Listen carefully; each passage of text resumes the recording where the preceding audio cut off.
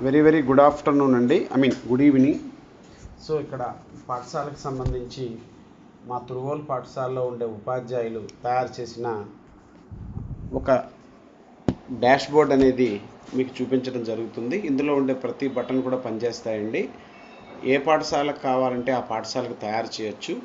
అందులో ఏదైనా సరే ఒక బటన్ క్లిక్తో పనిచేస్తుందండి. ఇందులో మార్క్స్ డాటా అనేది నేను అన్ని పాఠశాలలు కూడా ఉపయోగం. దీంట్లో ఏంటంటే సబ్జెక్ట్ వైజ్గా గ్రేడ్స్ ఉంటాయి, టోటల్ గ్రేడ్స్ ఉంటాయి.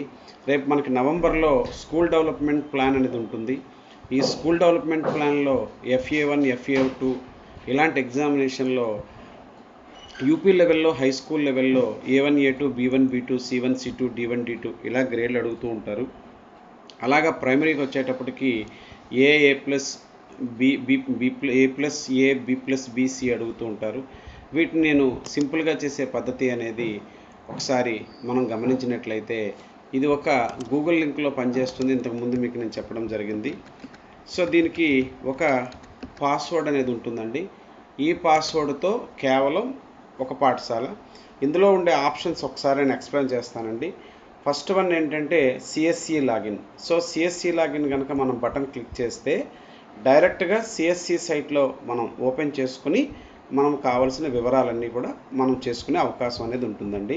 ఇలా ఓపెన్ చేస్తే ఈ CSE సైట్ అనేది డైరెక్ట్గా మనకు ఓపెన్ అయ్యి ఇది పనిచేస్తుందండి. ఇది మొదటి ఆప్షను.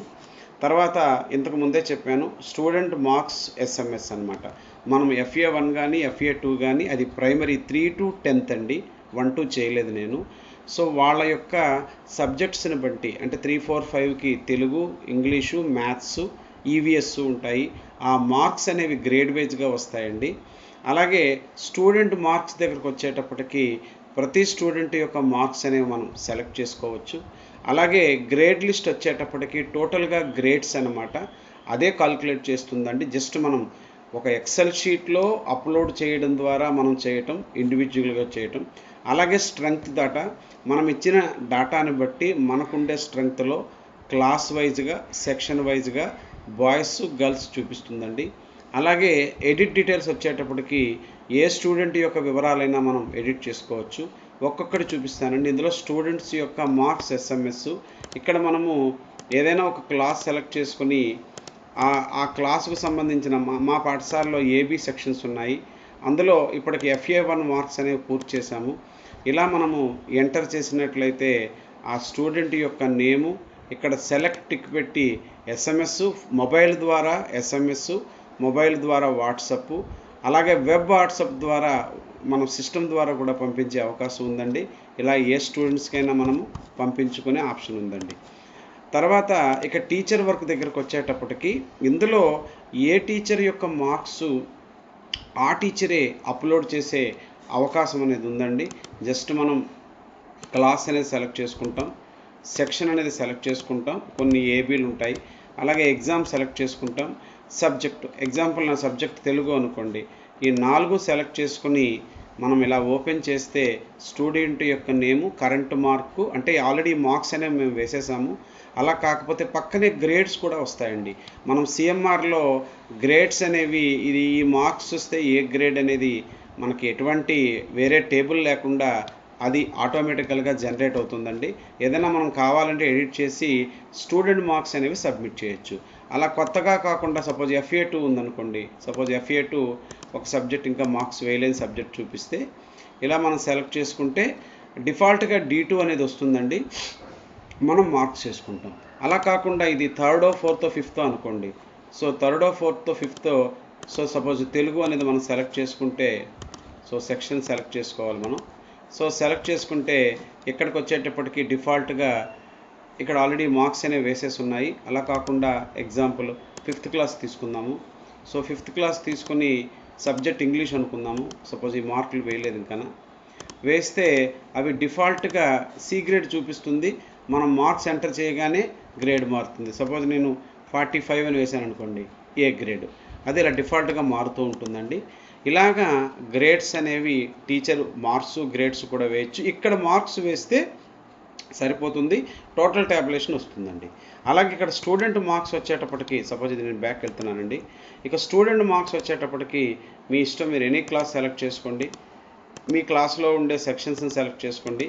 సపోజ్ FA1 తీసుకుందాం. సో FA1 సెలెక్ట్ చేసుకుంటే, మన సెక్షన్ సెలెక్ట్ చేసుకుంటే లోడ్ టేబుల్ ఆల్రెడీ మార్క్స్ మేము వేసేయడం జరిగింది.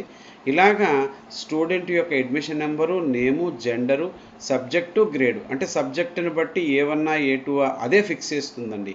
మనం గ్రేడ్స్ అనేవి అప్లోడ్ చేయాల్సిన అవసరం లేదు.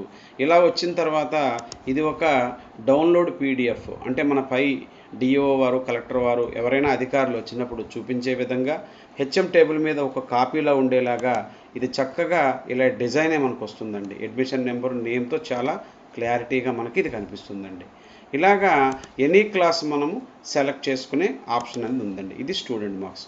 తర్వాత గ్రేడ్స్ లిస్ట్ వచ్చేటప్పటికి మనకు టోటల్గా ఎన్ని గ్రేడ్స్ వచ్చాయి. ఎగ్జాంపుల్ 8th క్లాస్ తీసుకుందాము. సో సపోజ్ FA1 తీసుకుందాము. ఆల్ జెండర్స్ ఉంది, బాయ్స్ ఉంది, గర్ల్స్ ఉంది. ఎగ్జాంపుల్ నేను బాయ్స్ సెలెక్ట్ చేశాను అనుకోండి, బాయ్స్ గ్రేడ్స్ మాత్రమే వస్తాయి. ఇది రేపు స్కూల్ డెవలప్మెంట్ ప్లాన్లో ఇలాగా మనకు అడుగుతారు. FA1లో, FA2లో, FA3లో వాట్ ఎవర్ ఒక సబ్జెక్ట్లో A1 ఎన్ని, A2 ఎన్ని, B1 ఎన్ని, B2 ఎన్ని, జెండర్ వైజ్ అడుగుతారండి. అప్పుడు ఈ టేబుల్ అనేది మనం కట్టడానికి కొంచెం ఎక్కువ టైం పడుతుంది. ఇదే ఇలాంటి మనం మార్క్స్ కనుక ఎంటర్ చేసుకుంటే ఈ టేబుల్ అనేది ప్రిపేర్ అయ్యి మనకు వస్తుందండి. ఇది చూసి ఈజీగా చేసేసుకోవచ్చండి.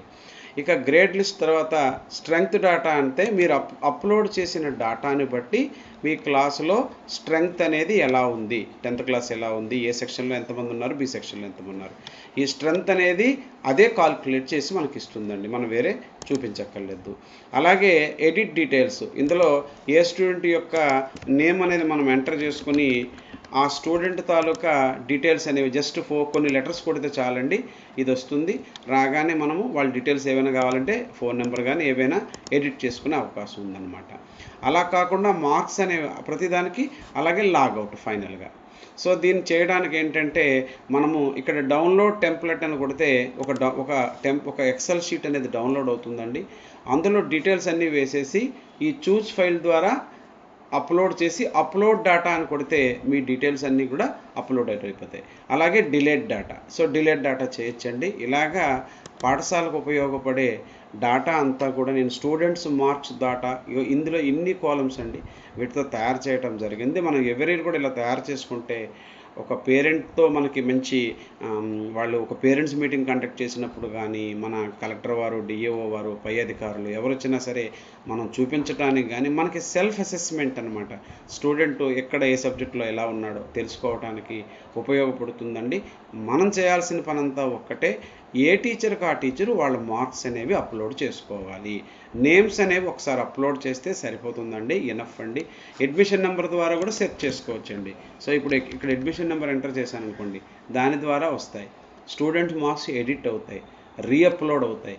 సో ఇన్ని ఆప్షన్స్ అనేవి నేను ఇందులో ఏర్పాటు చేయడం జరిగిందండి. దీనిపై మీ సూచనలు, సలహాలు తెలియజేయాల్సిందిగా నేను కోరుతున్నానండి. థ్యాంక్ యూ అండి. Thank you to all.